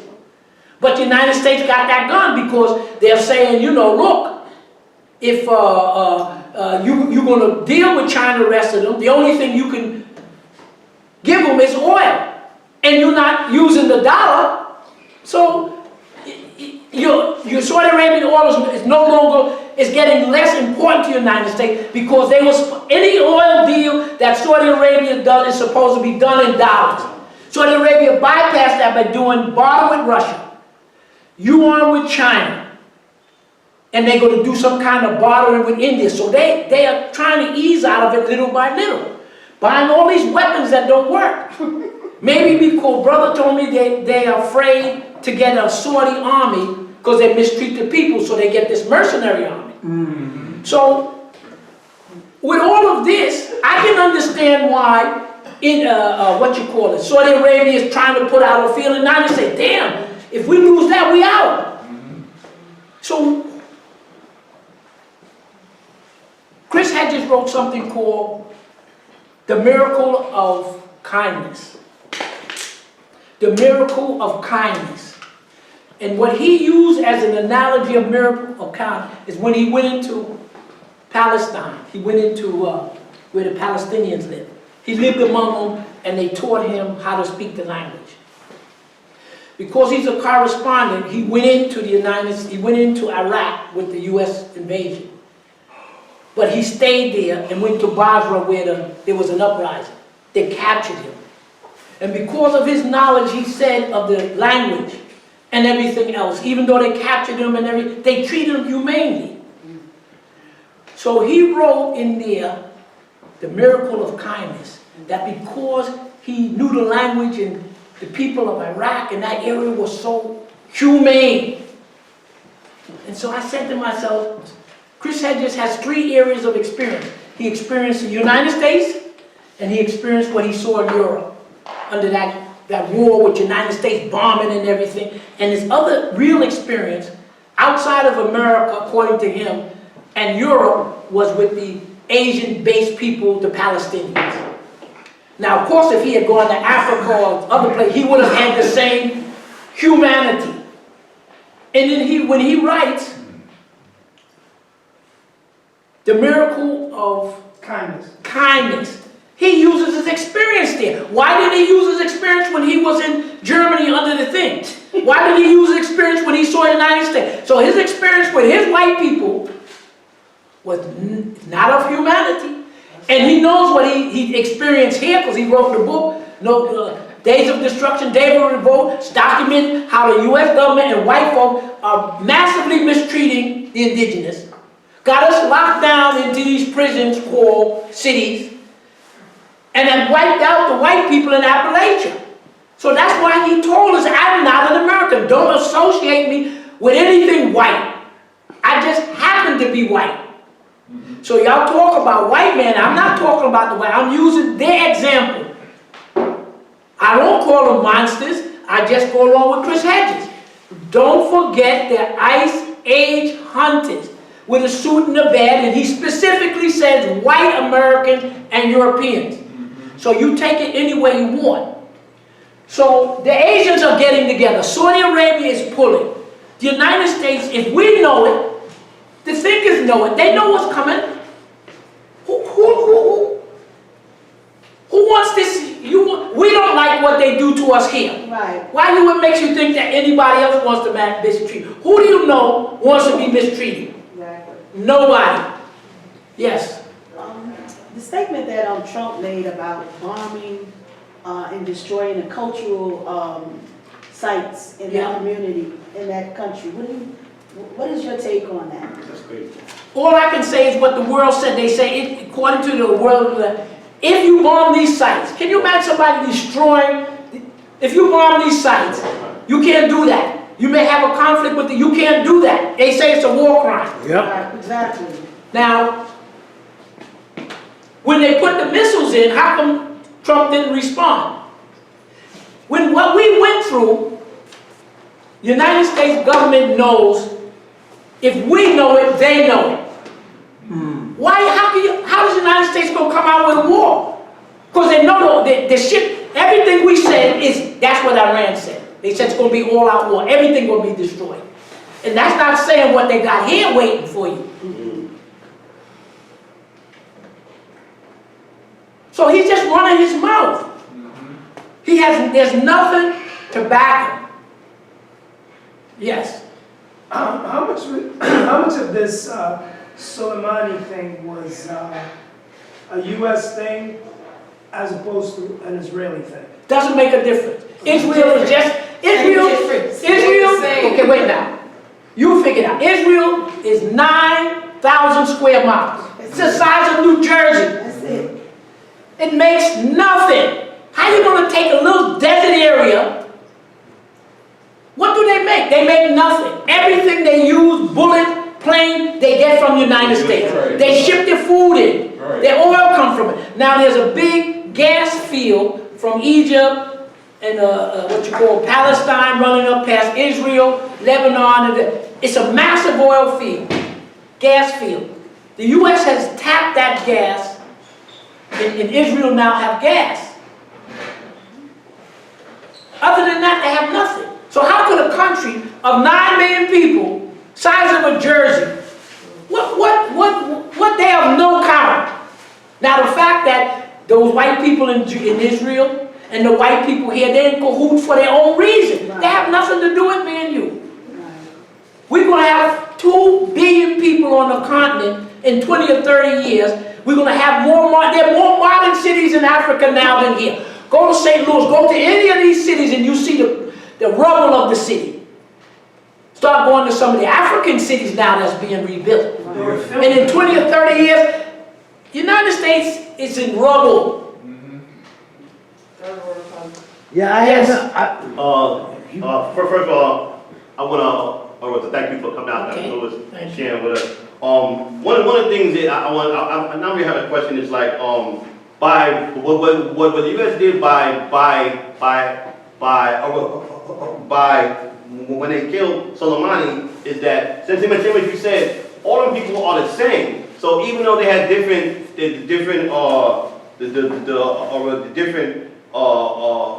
factions, they all agree with each other. They by killing him, they united them because they all the same people. The U.S. came and killed one of them, and even if I don't agree with them, it united them, and that's probably not what the U.S. really wanted. Also, it's like the U.S. and the United States, they use divide and conquer all over the world. They use it in slavery. They use it all over the world, and it's only to benefit the United States. That's why countries around the world hate the U.S. because it always got an ulterior motive. You understand? We come in with the smiling face and we in their natural resources and their motive is money and power. They always try to to try to change your government so they can steer the power toward to get the money or whatever else that they want. It's always about money and power. That's what Smedley Butler told you. He's giving you the prototype. One other thing, I never knew Iran was so big until you point out them states that's equal to. I had no idea. It's a little know-nothing country. They don't have anything. We can wipe them out. Come on, give me a break here. That's purposely why they don't teach geography. They don't teach anything anymore, and they have to keep people come on the internet and do other things, and they keep cutting them and cutting them and cutting them. Anybody? What's the name of this lady on WBAI? What's the Goodman? Amy Goodman. Yeah. Who's no friend of any African people. Exactly. You begin Amy to understand. And the No two good. things with Amy Goodman and this guy Galloway, they both was they were both in favor of destroying Libya. Because it's black, it's African, it's rich, and it's doing things. Why do you want the country to be destroyed? So you gotta ask Amy Goodman when you see her, and you gotta ask Galloway with all his nonsense. Gary Null? Not Gary Null, Galloway. Galloway, that guy from Britain. George Galloway, talking that nonsense. The Irish guy in England. And she asked the professor Morandi, why do you refer to Iran as a regime? So these white people propaganda, they got that you call it a regime, they're legit, the man is a murderer. He's a general. And as generals, he do what generals do. He commands people to kill these people. Right. Just like you command people to kill these people. So he's killing to protect his, and now you're going to tell him he's wrong. Everybody's doing. They say the United States, since 1945, killed about 30 million people in the world. That's all? Yeah, it's gotta be more than that. North Korea, Gotta be more than North that. Korea, they took off 10 million, between 6 to 10 million. They bombed, that's North Korea. Yeah. Didn't account in Vietnam, 7 to 8 million. That's undercount like. Well, again, you know, you're talking about a country that's 20 million in the Congo. man. Gotta be more than One that. other question, That's Mr. Lewis. Yes. The plane that was allegedly shot down and they're claiming it was the Irans, and then the Prime Minister from Canada, I think he made a statement the other day. He said something like to the extent of, I think it was them, and I think they made a mistake by doing it, but they only did it because they were retaliating against the United States. Did you hear that? No, I understand what you're saying. Right. You know what they call a 5 eyes. England, US, Canada, Australia, New Zealand.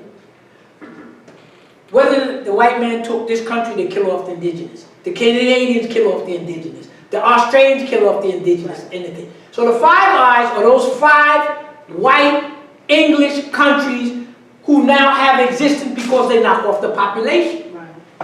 So Iran said they shot it down by mistake. You know, with the United States threatening you, the general they said they thought it was an incoming missile. Right. So they admitted to it, and they said they made a mistake and they hit it. What else you gonna say?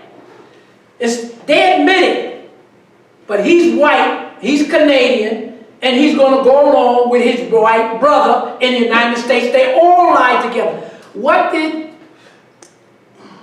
Secretary of State Pompeo said in Texas 2 months ago? In the CIA, we lie, we cheat, and we steal. Why would you believe anything coming out of any of these countries after you done knock off the indigenous people? Right. And then America's your cousin? These white people are not Chris Hedges. They all stick together. So instead of saying, well, they shot it down by mistake, he wants to now put in his own personal, they intended, and they were this, and they were doing that. You can't, I don't blame Trudeau, because I know Trudeau is a white man who's living well in a country he don't belong in. These Smedley Butler tell you, and Chris Hedges telling you, you understand what you're dealing with here. And you asking, you see what he tell you, then you see them lynching you. Then you see them kill 3 or 4 million people in Iraq.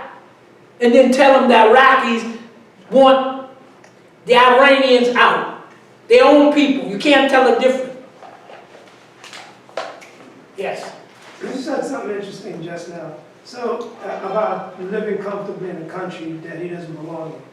So is there now a panic Where? in the white world where they are actually now really seriously having to consider that they are probably going to be expelled from these countries? Look, I went on the website and what these billionaires are talking about. Remember your friends here? He's your friend, Bloomberg. Bloomberg, yeah. Remember what Bloomberg is saying? Which person? No, what you do is you go online and you see some of these white billionaires. They're now talking about the change. C-H-A-N, to change. You don't see it on TV, but I looked through some of them. The guy is saying that we're now, these are white billionaires. They're talking to each other in their conference. They don't put it on TV, but you gotta look for it. The guy is saying, what we see, you know, because they just pump, the banks are insolvent in the United States. Right. There's at least 1 or 2 banks that's out, Chase or whatever it is. And they just printing up money.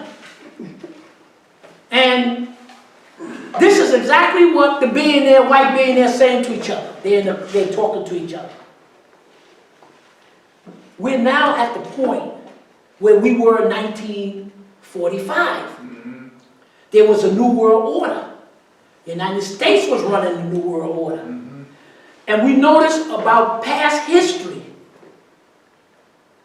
when one country has a dominant currency, the United States became the world leader because the dollar was a reserve currency, they had the biggest guns, and they had the biggest industrial base.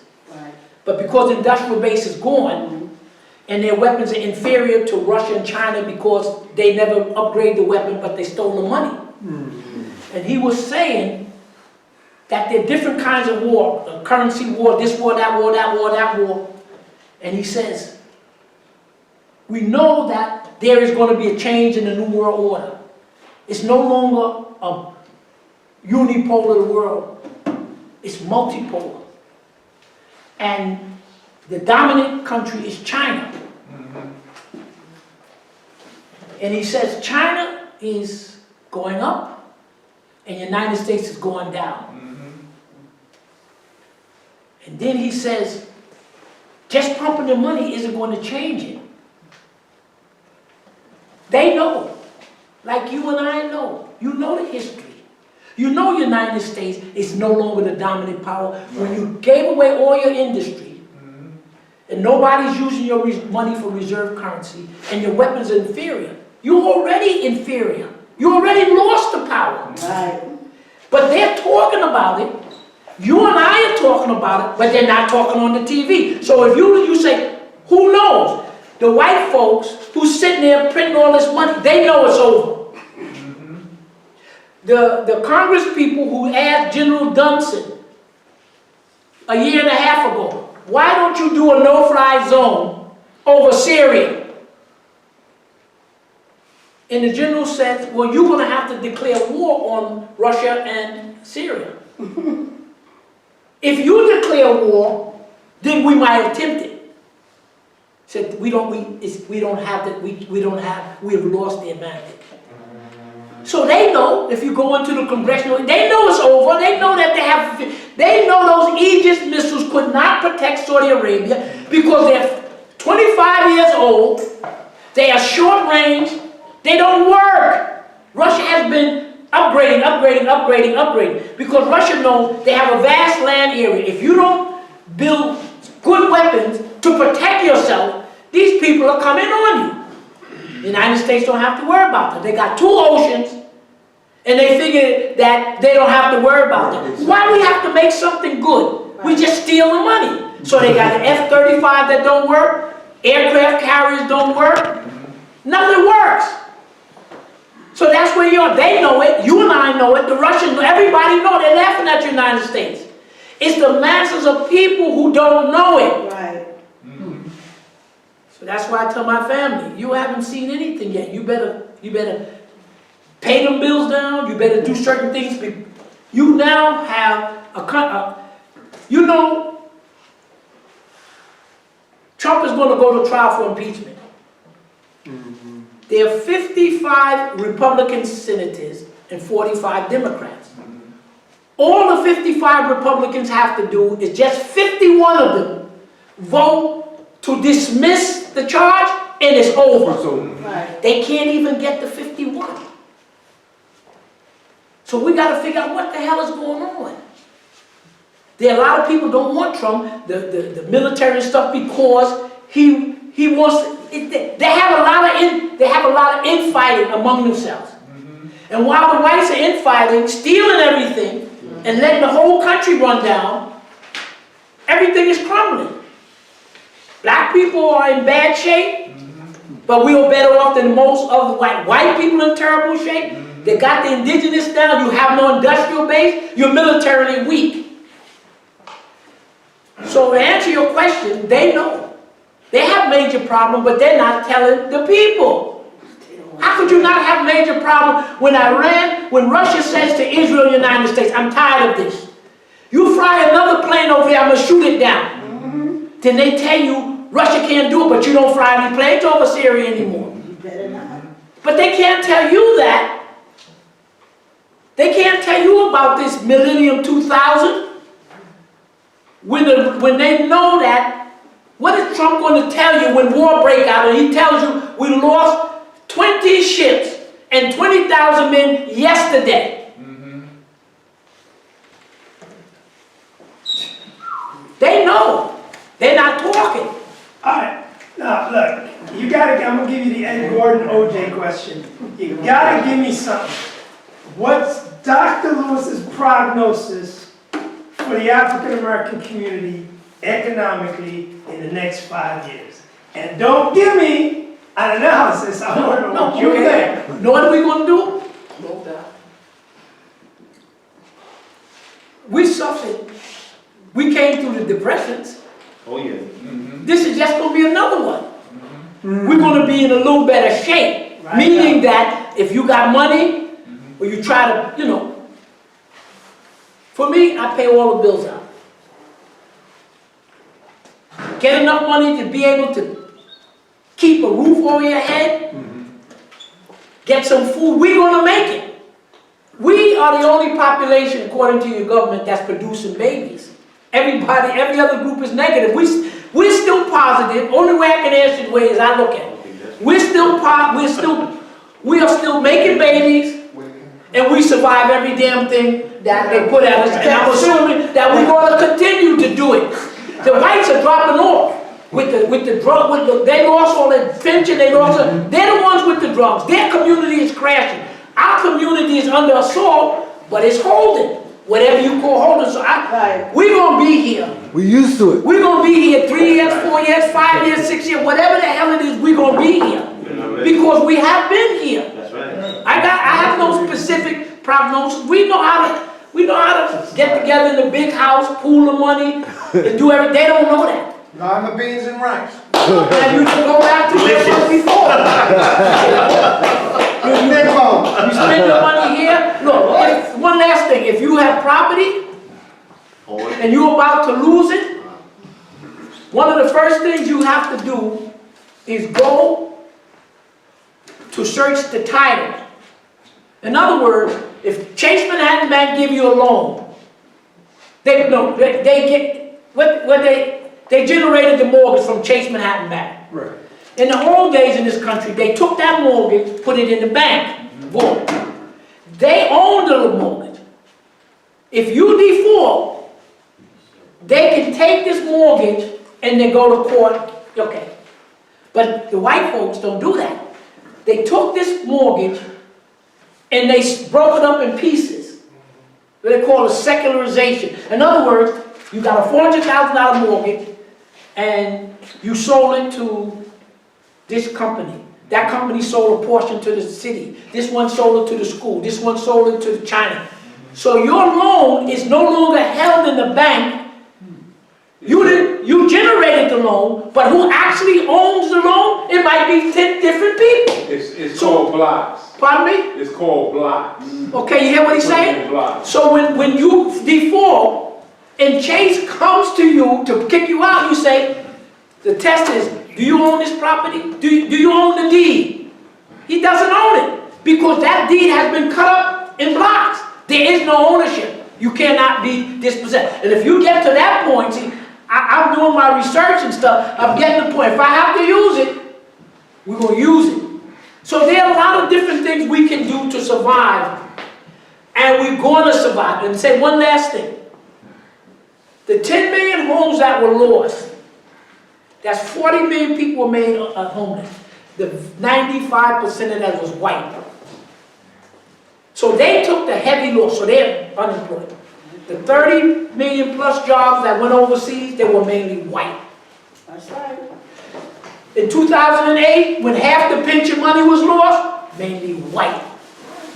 So they lost the pension, they lost their home, they lost this.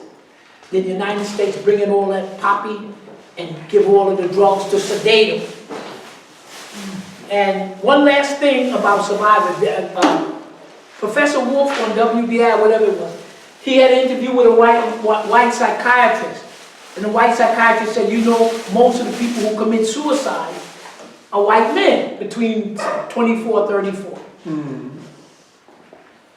And then they asked him why. Now, as a side note, one of the white people said that the reason black men don't commit suicide in middle age because they know how the system is. But the white people got in their mind, they're expecting certain things from the system, and when the system don't deliver it, they break down, but we know better. Right.